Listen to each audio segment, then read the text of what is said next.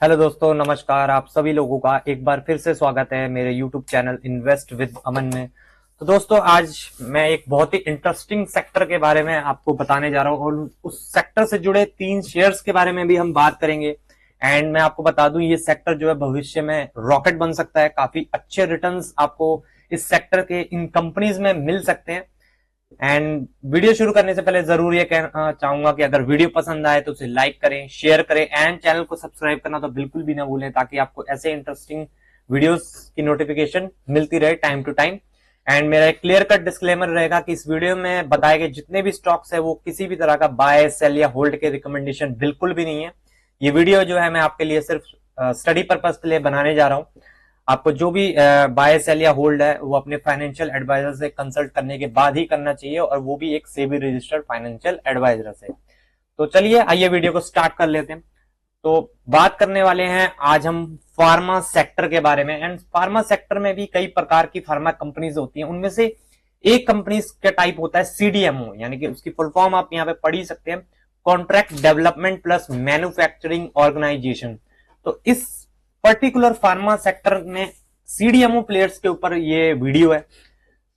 कितना पोटेंशियल है इसमें, सब बातें करेंगे। पर हम सबसे पहले ये जान लेते हैं, क्योंकि कई सारे लोगों को ये चीजें पता नहीं होंगी कि आखिर में ये सीडीएमओ प्लेयर्स करते क्या है। तो चलिए सबसे पहले हम इसके बारे में थोड़ा सा ओवरव्यू कर लेते हैं कि ये करते क्या है। In the pharma world the CDMO stands for contract development and manufacturing organisation here. और उसके बारे में पॉइंट्स यहाँ पे मैंने लिख के रखे हुए हैं, वो मैं आपको बता देता हूँ। व्हाट, तो फुल फॉर्म तो मैंने ऑलरेडी आपको बता दी है। तो सबसे पहला पॉइंट आ जाता है इसमें, ड्रग डेवलपमेंट, हेल्पिंग क्रिएट और रिफाइन न्यू मेडिसिन। तो यहाँ पे ये हेल्प करते हैं नई मेडिसिन को बनाने में एंड रिफाइन करने में। एंड देन उसके बाद उनका काम आता है मैन्युफैक्चरिंग का। तो producing medicine in bulk once they are ready for the market. जब जब सारी टेस्टिंग वगैरह सब कुछ हो जाता है तो उसके बाद ये मार्केट में लाने के लिए बल्क में उन चीजों को बनाते हैं। उसके बाद पैकेजिंग एंड डिस्ट्रीब्यूशन भी इन्हीं कंपनीज का काम होता है, preparing medicine for the sale and shipping them. तो आप सीडीएमओ प्लेयर्स को एज अ हेल्पर कंपनी कह सकते हैं, जो मेन फार्मा कंपनी होती है। मेन फार्मा कंपनी कोई प्रोडक्ट बनाएगी और उसके बाद सीडीएमओ प्लेयर को दे देगी इन चीजों के लिए, न्यू मेडिसिन बनाने के लिए, हेल्प करने के लिए, उनकी प्रोड्यूस करने के लिए, बल्क में बनाने के लिए, और फिर उनको सेल, शिपिंग वगैरह ये सारा काम सीडीएमओ प्लेयर्स करते हैं। That focus on making on improving drugs for the other pharma company rather than selling its own product. तो इनका कोई अपना खुद का प्रोडक्ट नहीं होता है, ये दूसरी कंपनीज के प्रोडक्ट को इंप्रूव करने में उनकी सहायता करती है, सेल करने में, और उनको शिपिंग के रूप में उनको मदद करती है। अब हम बात कर लेते हैं कि सीडीएमओ प्लेयर्स जो हैं, जो फार्मा कंपनीज होती हैं, उनसे डिफरेंट कैसे होती हैं, ये भी पढ़ लेते हैं ताकि आपको थोड़ा सा आइडिया रहे कि किस तरह की कंपनीज है। तो work for other company, provide expertise and facilities to support drug production. आपको पढ़ के समझ में आ गया होगा कि ये एक्सपर्टीज प्रोवाइड करती हैं अपनी, क्योंकि एक तरह से वो बनाने में खर्चा ज्यादा जो है लगाती नहीं है। बाकी कंपनियां वो इन प्लेयर्स को ढूंढती हैं कि इनके थ्रू वो मार्केट में लाती हैं, और बल्क वगैरह जो भी है इनको कॉन्ट्रैक्ट दिया जाता है। हालांकि ड्रग मैन्युफैक्चरिंग और रिसर्च वो लोग खुद करते हैं। उसके बाद don't own the sale the medicine they make, they just assist and creating them. Pharma companies against में उनके क्या करते हैं, develop their own drugs and take them to the market, handle the entire process, research, development, manufacturing, marketing and sales, sell medicine under their own brands. तो CDMO players अपने brands के अंदर इनको नहीं बेचते, जो जिस कंपनी ने इनको कॉन्ट्रैक्ट दिया होता है ब्रांड नेम भी उन्हीं का चलता है। एग्जाम्पल के तौर पे भी हम समझ लेते हैं, a pharma company like Pfizer create a new drug, instead of building its own factory to produce it, they might hire a CDMO to handle manufacturing. This saves time and money. In short, CDMOs are service providers while pharma companies are owner and seller of the medicines. तो I hope आपको ये चीजें, basic ही चीजें मैंने एकदम आसान भाषा में आपको समझाने की कोशिश करी है, तो आप समझ ही होंगे। हाँ, तो अब मेन बात आ गई है कि क्यों मुझे इनमें इतना ज्यादा पोटेंशियल दिखता है, और इंडिया का कितनी मार्केट पोजीशन है यहाँ पे, और ग्लोबल लेवल के पे कितना इनका मार्केट शेयर है वो देख लेते हैं। तो मैंने यहाँ पे ओपन करके रखा हुआ है। तो CDMO market size, the global contract development and manufacturing organisation, CDMO market is expected to grow from two 4.86 billion in 2023, जो उम्मीद है अगले 10 साल में 465 बिलियन तक पहुंचने वाला है, जो की है एनुअल CAGR ग्रोथ ऑफ 8.5। तो आप देख ही सकते हैं कितनी मैसिव ग्रोथ आना अभी भी बाकी है। अभी तक तो सिर्फ 224 बिलियन डॉलर का जो है एक्सपेक्टेशन है कि इतना है। उसके बाद से इस ग्रोथ में इंडिया कितना पार्टिसिपेट करने वाला है, इस चीज को भी हम अभी देखेंगे। And some factors that expected to drive the growth of CDMO market include increasing complexity of therapies, lack of in-house manufacturing capabilities, rising demand for advanced therapies, increased pharmaceutical outsourcing practice, and increasing prevalence of chronic diseases. The CDMO market is segment based on the type of service, type of modules, and user and region. In 2023, North America had the largest share of the market at, तो आप देख ही सकते हैं कि north America यानी कि US में 38% का मार्केट शेयर है। यहाँ पे इंडिया की बात कर लेते हैं। इंडिया का मार्केट किस तरह का है? The market in India is expected to grow significantly in the coming years. 2023 से 30 का हम सीधा ओवरव्यू देख लेते हैं। एक्सपेक्टेड टू ग्रो, यहाँ पे भी देख लिए ग्रोथ जो है 8.2 के आसपास की है। तो 21,730 मिलियन तक का रीच लिखा है 2030 तक यहाँ पे होने वाला है। आप देख सकते हैं यहाँ पे 21,703 मिलियन, 30 मिलियन सॉरी, एंड यहाँ पर देखिए 465 बिलियन। तो ओवरऑल अगर मार्केट देखे सीडीएमओ प्लेयर्स का तो बहुत ही बड़ा 465 बिलियन पे, और इंडिया अभी भी सिर्फ मिलियंस की बात कर रहा है।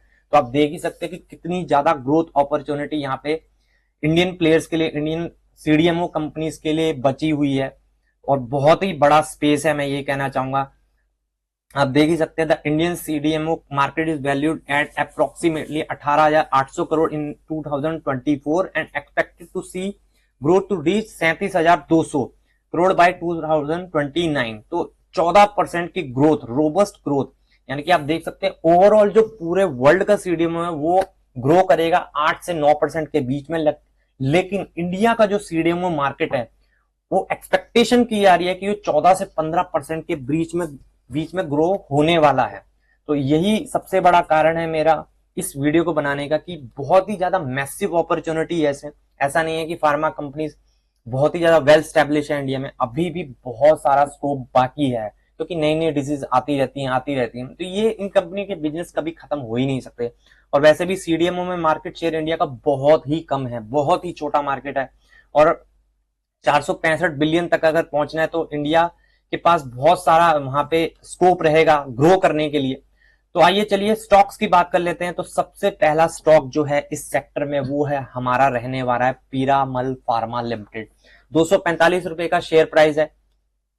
अगर बात करें एक महीने की तो डाउन ही है, 6 महीने में 63% के रिटर्न, एक साल में 101% के रिटर्न, 5 साल में 45% के रिटर्न। क्योंकि जब ये डीमर्ज हुई थी कंपनी पीरामल इंटरप्राइजेस से, ये वाली इसकी मेन होल्डिंग कंपनी है, यहां से जब ये डीमर्ज हुई थी उसके बाद लगातार नीचे जा रही थी, लेकिन पिछले एक साल में इस कंपनी ने बेहतरीन कमबैक किया है और एक साल में 100% के रिटर्न अपने शेयर होल्डर्स को कमा कर दे दिए। तो देख लेते हैं इसके बारे में भी थोड़ी बहुत चीजें पढ़ लेते हैं कि कहां में मार्केट शेयर है। प्रोडक्ट वाइज ब्रेकअप में आप देख सकते हैं 58 से 60% से जो ये कंपनी जो है ये पैसा सीडीएमओ से कमाती है, और यही हमारा मेन फोकस है। यहीं पे हमें ग्रोथ की अपॉर्चुनिटी बहुत ही बड़ी दिख रही है आने वाले टाइम में, और यहाँ पे ये कंपनी 60% का धंधा यहाँ से लेके आती है। उसके बाद कॉम्प्लेक्स हॉस्पिटल जेनरिक्स में 28 से 30% है। इंडिया कंज्यूमर हेल्थ केयर में 12-12.5% का है। उसके बाद वर्टिकल्स में देख लेते हैं, phase 3 34%, phase 1 34%, phase 2 19%, pre clinical में भी 12% का है। उसके बाद लोकेशन वाइज ब्रेकअप आप देख लिए। अब हमने आपको शुरू में जब मैंने आपको वीडियो में बताया था कि नॉर्थ अमेरिका का 37% की हिस्सेदारी है इस पूरे मार्केट में, लेकिन उसमें से देखिए ये जो कंपनी है पीरामल फार्मा 41% का बिजनेस उनका यूएस से ही आता है, जो कि एक बहुत ही अच्छी बात है इस कंपनी के लिए, क्योंकि वो एक बहुत बड़ा मार्केट है यूएस में और वहीं से इनका ज्यादा रेवेन्यू आ रहा है, तो एक बहुत ही अच्छी बात है। उसके बाद यूरोप से भी 25%, इंडिया से 20%, जापान से 4%, अदर से 10%। उसके बाद सर्विस ब्रेकअप देख सकते हैं, कमर्शियल मैन्युफैक्चरिंग 70%, डेवलपमेंट 26%, डिस्कवरी से 4%। तो ओवरऑल आपका बिजनेस देख के समझ में आ ही गया होगा कि कहां कहां से क्या कैसे कैसे पैसा कमा रही है। उसके बाद यहां से भी हम पढ़ लेते हैं, ये चीजें मैं आपको पहले ही बता चुका हूं। अब देख लेते हैं कि कहां कहां से कितना कितना पैसे कैसे कमाते हैं। इनके आप ब्रांड्स भी पढ़ सकते हैं अगर आपको ब्रांड पढ़ने हैं, ब्रांड इंडोर्समेंट, करीना, जो इनके जो एडवर्टाइजमेंट वगैरह में कौन कौन आते हैं वहां पे देख सकते हैं। उसके बाद रेवेन्यू स्प्लिट आप देख सकते हैं, सीडीएमओ 58%, जियो, ये भी मैं आपको रेवेन्यू स्प्लिट भी बता चुका हूं। कंपनी के एक्सपांशन प्लान की बात करें तो company has open a new ADC manufacturing facility as gang mouth which will commission in Feb 2040 and JV with AbbVie के साथ भी इन्होंने जेवी भी ज्वाइंट वेंचर भी किया है। और इसमें 49% stake in the joint venture with the Eligran India Private Limited, 51% stake held by US pharma company. तो यूएस की एक फार्मा कंपनी के साथ इन्होंने ज्वाइंट वेंचर भी कर रखा है, जो कि एक बहुत ही अच्छी चीज है क्योंकि यूएस में ही बड़ा मार्केट है। उसके बाद strategic stake in the Yapan biotech, इन्होंने स्टेक भी खरीदा हुआ है Hyderabad based Yapan bio which will help expand its CDMO footprint in biologics. Yapan bio provides process development, scale up, cGMP, complement manufacturing of vaccine and biological therapies. Expansion plan की बात भी मैं आपको बता चुका हूं। उसके बाद सीधा नंबर्स पे आ जाते हैं कंपनी के कि प्रॉफिट वगैरह 32,000 करोड़ की कंपनी है, यानी कि मिड कैप कंपनी है। आरओसी 5 का है, आरओई 0.22 है, फेस वैल्यू 10 की है। उसके बाद ईयरली नंबर्स पे थोड़ा फोकस कर लेते हैं। 2021 से ये डेटा हमारे पास, क्योंकि मैंने आपको बताया था ये कंपनी डीमर्ज हुई थी, 835, 376 माइनस में कंपनी गई, फिर 18 करोड़, फिर 45 करोड़। यहाँ पे जो है प्रॉफिट का एकदम से बहुत ज्यादा होना सबसे बड़ा यहाँ पे पैंडेमिक का कारण भी था, क्योंकि उस टाइम पे कोरोना वायरस चल रहा था, जिसकी वजह से फार्मा कंपनी के प्रॉफिट जो है एकदम से शूट अप हो गए थे बहुत तेजी से। लेकिन उसके बाद कंपनी एकदम से लॉस में आई। लेकिन सबसे बड़ी बात है कि कंपनी ने जो है सेल्स अपना बढ़ाती ही जा रही है, जो कि एक टॉप लाइन ग्रोथ में आपको दिख भी रहा होगा कि सेल्स बहुत अच्छे से इंक्रीज कर पा रही है कंपनी, जो कि एक बहुत ही अच्छी बात है। उसके बाद कंपनी का रिजर्व्स वगैरह भी देख लेते हैं, 6,584 करोड़ के रिजर्व हैं। कर्जे की बात करें 4,786 करोड़ का कर्जा भी है। कंपनी का कर्जा भी हैवी है, ऐसा मैं नहीं कहूंगा कि कर्जा नहीं है, काफी हैवी कर्जा है, लेकिन रिजर्व वगैरह प्रॉफिटेबिलिटी अच्छी है कंपनी की। डेप्टर डेज 95 के आसपास है। उसके बाद शेयर होल्डिंग पैटर्न देख लेते हैं, 34% जो है प्रमोटर्स के पास है, 31% एफआईएस के पास है, बीआईएस के पास 13-13.5% है, पब्लिक के पास 19% की हिस्सेदारी है। तो एक well balanced share holding pattern है। लेकिन हाँ, ये जरूर कहूंगा कि कंपनी बहुत ही रिस्की कंपनी है, क्योंकि आप कर्जा भी देख सकते हैं। हालांकि कंपनी प्रॉफिटेबल है, लेकिन फिर भी कम कर्जा भी देखें तो काफी हैवी कर्जा है इनके ऊपर, तो इसको आपको इग्नोर नहीं करना चाहिए। और बाकी नंबर्स तो अभी ज्यादातर माइनस में ही है, क्योंकि अभी हाल फिलहाल में ही कंपनी 3-4 साल से ही मार्केट में आई हुई है। हालांकि बिजनेस इनका पहले से ही था, लेकिन डीमर्ज हो गए जो है, डीमर्ज हो गई ये 2022 में ही यहाँ पर आई थी। तो ज्यादा डेटा नहीं है हमारे पास इस कंपनी का, लेकिन सीडीएमओ प्लेयर के हिसाब से जिस तरह का मार्केट है उस तरफ से देखा जाए तो काफी मैसिव अपॉर्चुनिटी है इनके पास भी। 58 से 60% सीडीएमओ से कमाते हैं। तो ये था हमारा पहला स्टॉक, पीरामल फार्मा। उसके बाद सेकंड स्टॉक्स की बात कर लेते हैं। सेकंड स्टॉक है हमारा अकुम ड्रग्स एंड फार्मास्यूटिकल लिमिटेड। ये कंपनी भी अभी हाल ही में लिस्ट हुई थी, और ये कंपनी भी काफी रिस्की कंपनी है। जब से लिस्ट हुई है, जब से हाल देख ही सकते हैं आप, 22% डाउन है अपने लिस्टिंग प्राइस से। और अगर टॉप लेवल से देखें तो शायद और भी डाउन होगी, लगभग 43% डाउन है। तो इन कंपनीज में स्टडी करते वक्त आपको ये ध्यान देना है कि ये एक बहुत ही ज्यादा रिस्की कंपनीज है। इसका भी थोड़ा बहुत पढ़ लेते हैं इसके बारे में भी कि कैसा है कैसा नहीं। इनका रेवेन्यू बैकअप देख लिए। सीडीएमओ, ये तो पीरामल फार्मा से भी ज्यादा सीडीएमओ में एक्टिवली काम करते हैं। लगभग 80% जो है प्रोडक्ट वाइज ब्रेकअप में आप देख सकते हैं। उसका ब्रांडिंग जेनेरिक फॉर्मुलेशन में 16-17%, एपीआई में भी है ये कंपनी है 5%। उसके बाद लोकेशन वाइज देख सकते हैं, इंडिया से 93%, आउटसाइड 6.5%। उसके बाद ऑपरेटिंग प्रॉफिट मार्जिन में प्रॉफिट में सीडीएमओ से ही ये ज्यादा पैसा कमाती है, 88% के आसपास। उसके बाद 12% के आसपास ब्रांडेड एंड जेनेरिक फॉर्मुलेशन से। एसेट वाइज भी आप देख सकते हैं सीडीएमओ का ही यहाँ पे ज्यादा दिख रहा है यहाँ पे। तो ये प्योर सीडीएमओ प्लेयर ही इसको हम बोल सकते हैं, इस कंपनी को भी। ये तो पीरामल फार्मा से भी ज्यादा मुझे रिस्की कंपनी लग रही है। मार्केट कैप आप देख सकते हैं लगभग 9,845 करोड़, 10,000 के आसपास अराउंड स्टॉक की है ही नहीं, क्योंकि ये कंपनी नेगेटिव में होगी। आरओसी 2 का है, आरओई माइनस में है, फेस वैल्यू 2 की है। मार्केट शेयर देख सकते हैं इस कंपनी का, the Akums had a 30% market share in the Indian CDMO market. तो इंडिया का जितना भी सीडीएमओ, ये जो कंपनी है यूएस में आई थिंक काम नहीं करती है, क्योंकि आप लोकेशन वाइज में देख सकते हैं इंडिया से ही 93% बिजनेस आता है।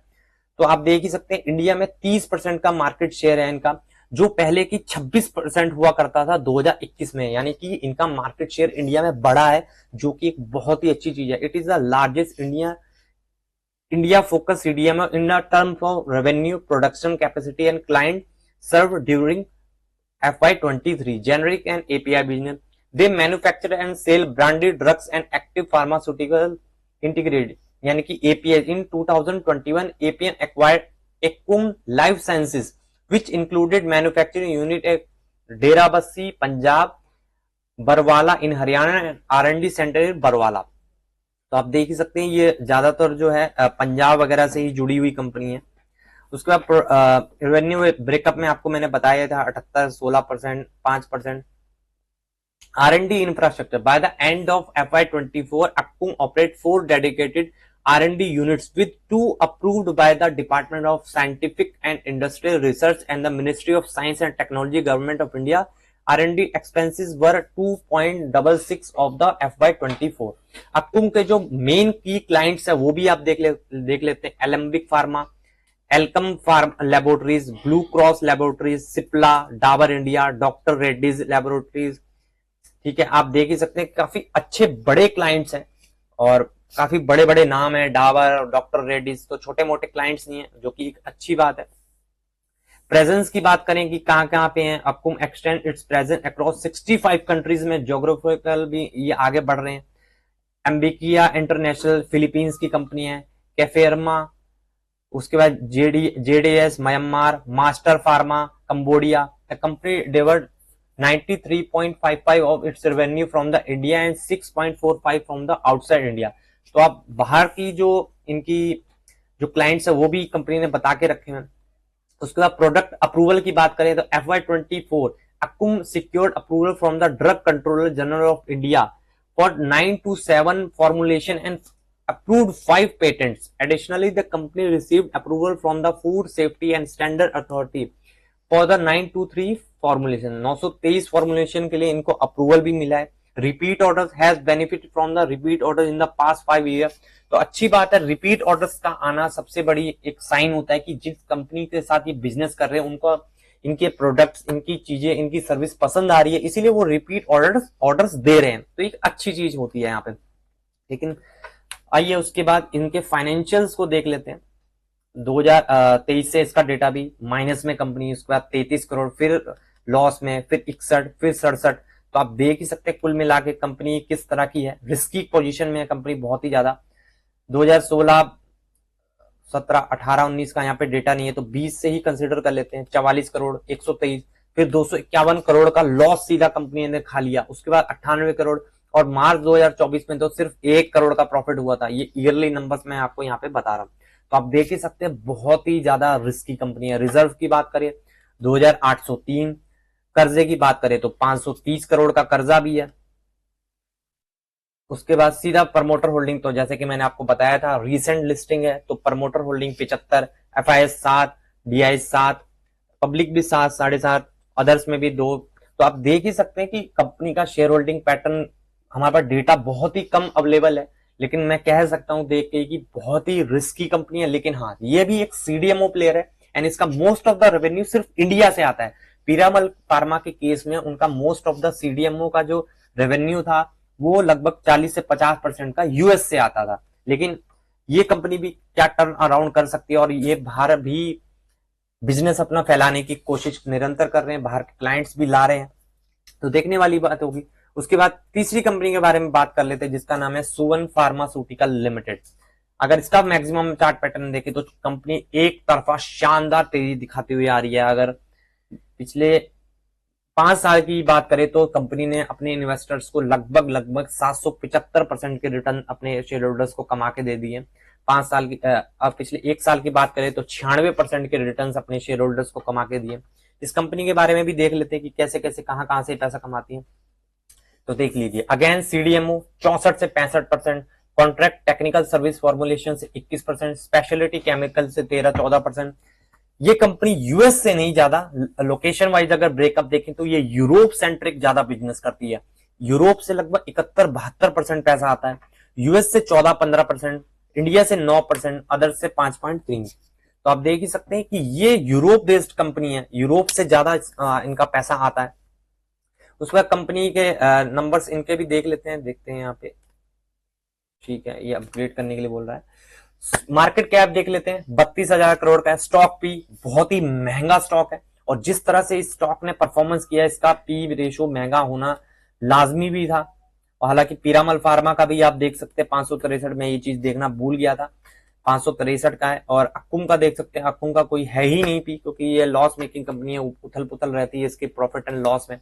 तो काफी महंगी कंपनीज है ऑलरेडी, इस बात का आपको ध्यान जरूर रखना है। उसका नीचे कॉम्पिटिटर तो देख ही लेते हैं। उसके बाद 2019 से इनके प्रॉफिट एंड लॉस की स्टेटमेंट भी देख लेते हैं। तो 109, 317, 362, 454, 411, 300, 243। तो अच्छा प्रॉफिट एंड लॉस स्टेटमेंट है। यहाँ पे ईयरली नंबर्स की मैं बात कर रहा हूं, अगर इस बार के भी नंबर्स थोड़ा देख लें तो 80, 47, 53, 61, 82, इस बार के 82। अगर ईयर ऑन ईयर देखे तो ईयर ऑन ईयर भी नंबर कंपनी अच्छे ही थे, फ्लैट नंबर से थोड़े बहुत, लेकिन क्वार्टरली काफी अच्छी जंप दिखाई दी। उसके बाद रिजर्व की बात कर लें तो 1953 करोड़ के रिजर्व है कंपनी के पास। कर्जे की बात करें तो 39 करोड़ का कर्जा है। उसके बाद शेयर होल्डिंग पैटर्न की बात करें तो 50% की हिस्सेदारी प्रमोटर्स के पास है, एफआईएस के पास 10-10.5% है, डीआईएस के पास 17% के आसपास की हिस्सेदारी है, पब्लिक के पास 22-22.5% तक की हिस्सेदारी है। तो एक well balanced share holding pattern है इस कंपनी का। एंड अगर इन तीनों ही कंपनीज की बात करें तो इन तीनों में से अगर मुझे रैंकिंग देनी होगी तो सबसे पहले जो मैं रैंकिंग दूंगा तो इस सुवन फार्मास्यूटिकल कंपनी को दूंगा, क्योंकि इसकी बैलेंस शीट औरों के कंपैरेबल, इसका प्रॉफिट एंड लॉस स्टेटमेंट औरों के कंपैरिजन में काफी अच्छा है। तो रैंकिंग वाइज मैं कहूं तो सुवेन फार्मा फर्स्ट पे मैं रखूंगा, दूसरा रखूंगा पीरामल फार्मा, एंड तीसरे पे रखूंगा अक्कुम ड्रग्स। तो तीनों ही कंपनी सीडीएमओ प्लेयर है, काफी रिस्की कंपनीज है। ऐसा नहीं है कि सुवन को मैंने पहले पे रख दिया तो उसमें रिस्क बिल्कुल नहीं है, वो भी एक रिस्की कंपनी है, छोटी कंपनी है, मिड कैप कंपनी है। लेकिन अगर मेरे को रैंकिंग इन 3 स्टॉक्स में देनी हो तो सबसे नंबर 1 पे Suven pharma, then Piramal pharma, then Akums drugs. तो वीडियो में बस यही सब था। मैंने आई होप आपको ये एनालिसिस पसंद आया होगा, एंड आप इन तीनों ही कंपनी को ढंग से स्टडी जरूर कर लेना। और जिस तरह से मैंने आपको बताया कि इतना बड़ा मार्केट है, 465 बिलियन का होने वाला है आने वाले 5 से 10 सालों में, तो इंडियन सीडीएमओ प्लेयर्स इस चीज का फायदा जरूर उठाने की कोशिश करेंगे। और वैसे भी जब से यूएस में डोनाल्ड ट्रंप आए हैं तो वो अलग अलग बातें कर रहे हैं कि चाइना की दवाइयों पर रिस्ट्रिक्शंस लगाएंगे, और अगर चाइना के जो कंपनीज है उन पे अगर रिस्ट्रिक्शंस लगेंगे तो उनका सीधा सीधा फायदा इंडियन कंपनीज को मिलने वाला है। तो इन कंपनीज के लिए ग्रोथ की अपॉर्चुनिटी वो बहुत बड़ी दिखने वाली है। और वैसे भी जो ओवरऑल मार्केट है सीडीएमओ का वो 8.5 के हिसाब से ग्रो करने वाला है, लेकिन इंडियन सीडीएमओ कंपनीज की जो ग्रोथ एक्सपेक्टेशन करी गई है वो 14 से 15% की करी गई है। मतलब वर्ल्ड में कंपनी जो ग्रो करेंगी वो 8 से 9% करेगी, और जो इंडिया की सीडीएमओ कंपनीज करेंगी वो 15% के हिसाब से ग्रो कर सकती हैं। इतना बड़ा आंकलन है, तो आप देख ही सकते हैं। ये सारी चीजें मैंने आपको दिखा दी हैं, अब आपको खुद से स्टडी करना है इन चीजों को, एंड क्रॉस वेरीफाई भी करना है। एंड और भी कंपनीज हैं सीडीएमओ प्लेयर से, लेकिन मुझे ये 3 कंपनीज अच्छी लगी पढ़ने में, तो मैंने इस पे इन तीनों ही स्टॉक्स को अपनी वीडियो में कवर कर लिया। तो आप इन स्टॉक्स को ढंग से स्टडी जरूर कर लीजिएगा, एंड सीडीएमओ मार्केट में और क्या क्या हो सकता है ये भी आप जरूर स्टडी कर सकते हैं। एंड आपको भी कुछ इंटरेस्टिंग जानकारी या मेरे से कुछ मिस हो गया हो तो आप मुझे कमेंट सेक्शन में जरूर बता सकते हैं, मैं उनको स्टडी करके गो थ्रू करके फिर से एक नई वीडियो भी आप लोगों के लिए बना दूंगा। तो thanks for watching my video, फिर से मिलते हैं नेक्स्ट वीडियो में, बाय बाय।